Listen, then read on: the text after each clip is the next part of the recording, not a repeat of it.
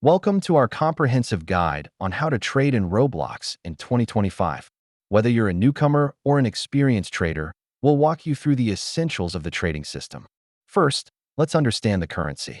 In Roblox, currency primarily revolves around robux, limited items, and their values.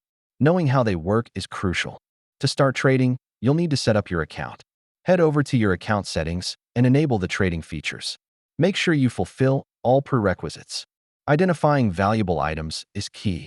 Research online, check out trading platforms, and use item value calculators to assess what's worth trading. Now, how do you find trade partners? Engage with the community through forums, social media, and Roblox groups dedicated to trading. Ready to make your first trade? Follow our step-by-step guide. Go to the trading menu, select an item to trade, and send a trade request. Negotiation is a crucial part of trading. Be polite, express your value for the items, and don't rush the process. Patience is key.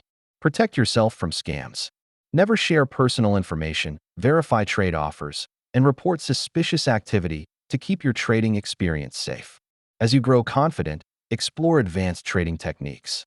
Build your collection strategically and focus on increasing the value of your items over time. To wrap up, remember these best practices for a healthy trading experience.